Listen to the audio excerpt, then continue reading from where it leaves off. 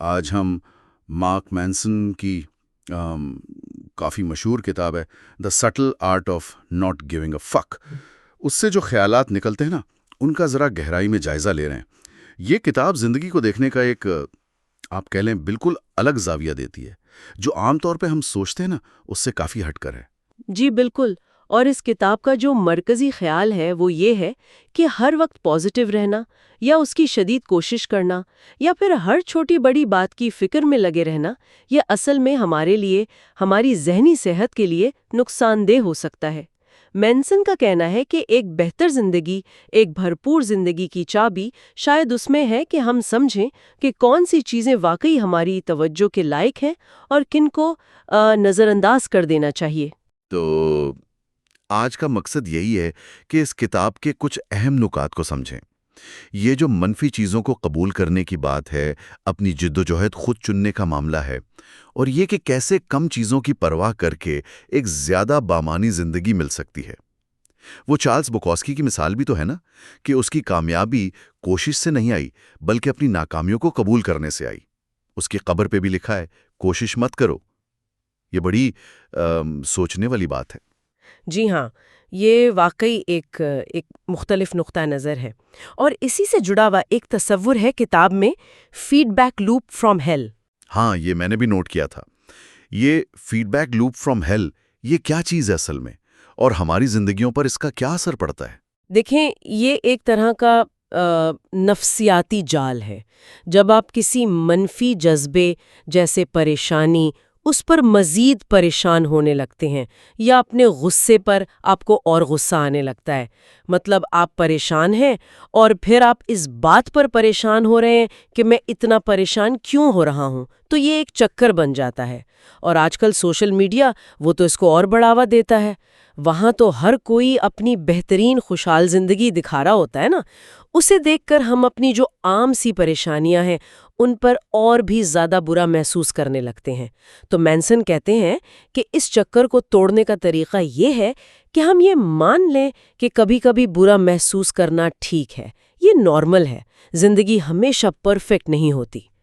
یہ تو بہت اہم بات ہے، خاص طور پر آج کل جیسا آپ نے کہا سوشل میڈیا کے زمانے میں۔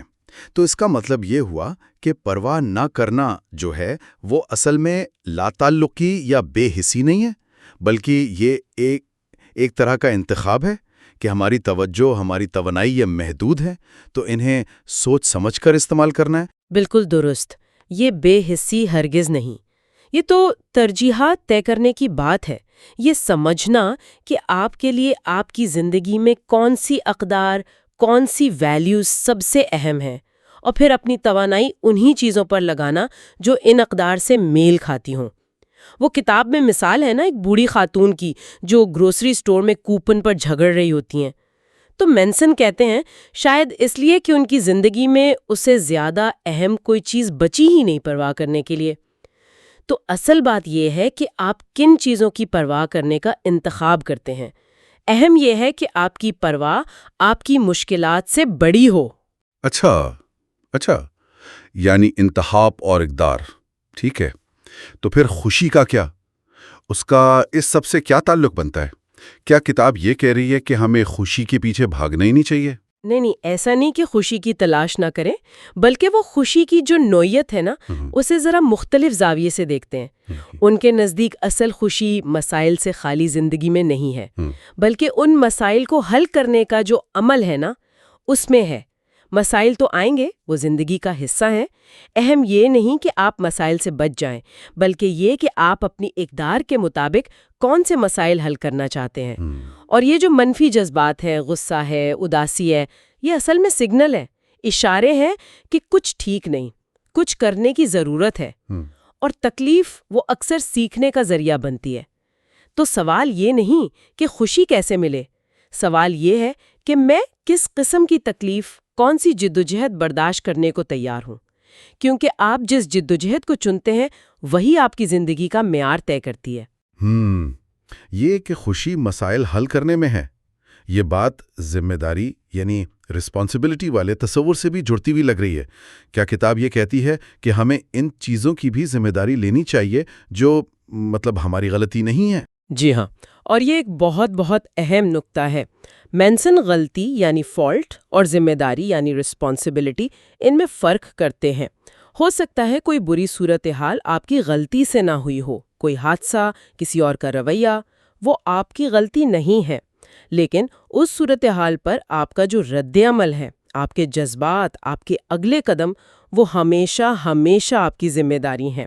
یہ مان لینا کہ ہم اپنے رد عمل کے، اپنی تشریحات کے ذمہ دار ہیں، یہ ہمیں طاقت دیتا ہے، بے بسی سے نکالتا ہے۔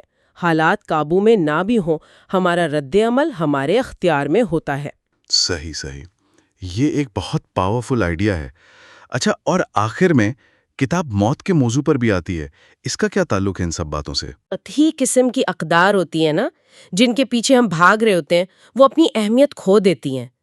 یہ ہمیں یاد دلاتا ہے کہ وقت کم ہے، تو اپنی توانائی ان چیزوں پر لگانی چاہیے جو واقعی دل سے اہم ہے۔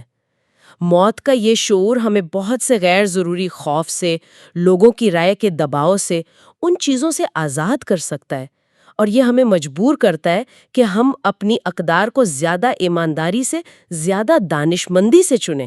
تو اگر ہم ساری بات چیت کا خلاصہ کریں تو یوں لگتا ہے کہ ایک اچھی بامانی زندگی کا راز شاید ہر وقت مثبت رہنے یا ہر چیز کی فکر کرنے میں نہیں ہے، بلکہ اس میں ہے کہ ہم سوچ سمجھ کر منتخب کریں کہ کن چیزوں کو اہمیت دینی ہے، کون سی جدوجہد کو قبول کرنا ہے، اور یہ مان لینا ہے کہ ناکامی، منفی جذبات، تکلیف، یہ سب سفر کا حصہ ہیں۔ آپ نے بالکل ٹھیک کہا۔ خلاصہ یہی ہے، اپنی اصل اقدار کو پہچاننا، اپنی زندگی اور اپنے رد عمل کی ذمہ داری لینا، اور زندگی کی جو حقیقتیں ہیں بشمول موت، انہیں تسلیم کرنا۔ یہ واقعی ایک لطیف سا فن ہے، کم چیزوں کی پرواہ کر کے زندگی سے زیادہ حاصل کرنے کا فن۔ بہت خوب۔ اس ساری گفتگو سے ایک سوال ذہن میں آتا ہے جس پر شاید سننے والے بھی سوچنا چاہیں۔